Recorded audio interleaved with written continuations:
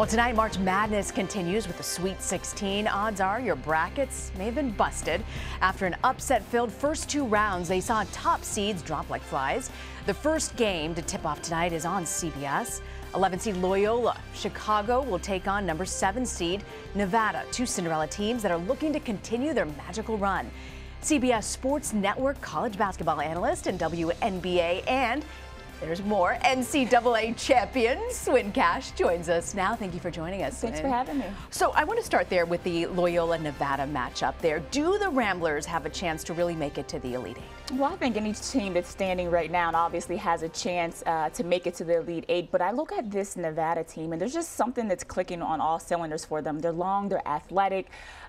They have some upperclassmen leadership, but never count out the Ramblers, especially when you have Sister Jean that's on your side. Tell me if you haven't heard about Sister Jean. We are obsessed with Sister Jean. You have to Google her story. It's unbelievable. She is fascinating. So she's got one bracket with Loyola losing, another one with Loyola making the final round.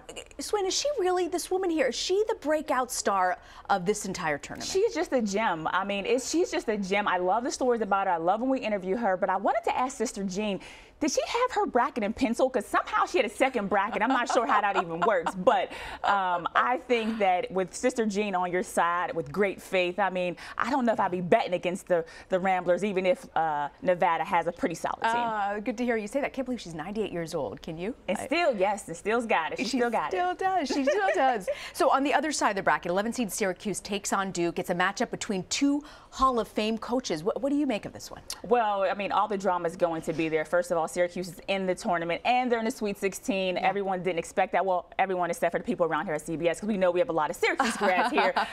But, you know, the thing I love about the Qs is that the more that we keep saying they're not going to win, they just figure out a way to win. They can't score the basketball. They're going to keep the numbers down. They're going to play that zone. And at the end of the day, their coaches said it. They're going to play the odds. And so it's going to be a fun matchup. You have Duke that's an unbelievably talented team, freshmen that are starting, that are playing unbelievable lottery picks all over the place. You look at Syracuse, they really only have one person, that's Tyus Battle.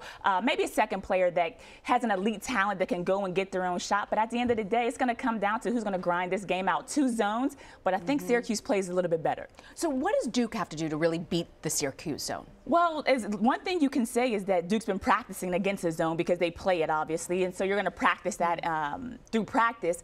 But I would say they're going to need to make sure that they rebound out of it. And that's one of the things they do really well. Duke is a team that will miss their shot, but they have the size to be able to go and get it. And they definitely have to make sure they're hitting on the outside. If Grayson Allen can make sure he's making shots from the outside, I think they'll be fine. So do you think ultimately it's the Blue Devils that are just the favorite to take it all? I think they're the most talented team in the field of play right now, but that doesn't mean that they're the team that's going to win. At the end of the day, it takes a little bit of chemistry, takes a little bit of hard work, and obviously if you got Sister Jean in your corner too, it takes a little bit of prayer. Sister Jean, I'm telling you, don't bet against her. So if you step back for a second, you look sort of at the rest of the bracket, who do you think is going to make it to the Final Four? You know what, this Villanova team, I love Villanova. The way that they've been just come out and been consistent since the start of the tournament. They really start hitting their peak, I would say, in the Big East Conference Championship, but Villanova is a team that's playing well. Jay Wright has them playing successful right now. They probably have Player of the Year candidate in Jalen Brunson that's been playing them unbelievable. And keep an eye on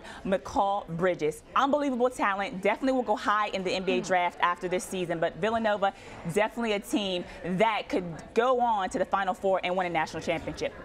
I want to switch over to women's basketball for a second. You were a two-time NCAA basketball champion playing for UConn.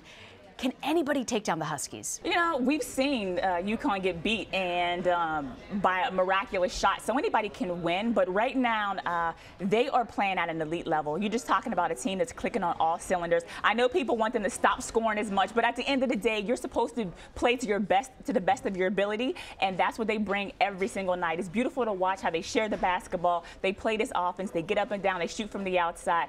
I mean, you can hate them or love them. At the end of the day, they're showing success and they're winning games. I think they're so much fun to watch. So you graduated in 2002 for UConn. Who do you think, if you played against your team, 2002 versus UConn's team today, who would win that matchup? You know what? I'm a little biased, but I've said this since I graduated. My team in 2002, I would take our team against anyone. Yeah. Yeah. All right. Something told me that that was going to be your answer on that. Thank you so much for joining us, Swin. Great to have you here on set. CBS Sports Network college basketball analyst, Swin Cash. Thank you.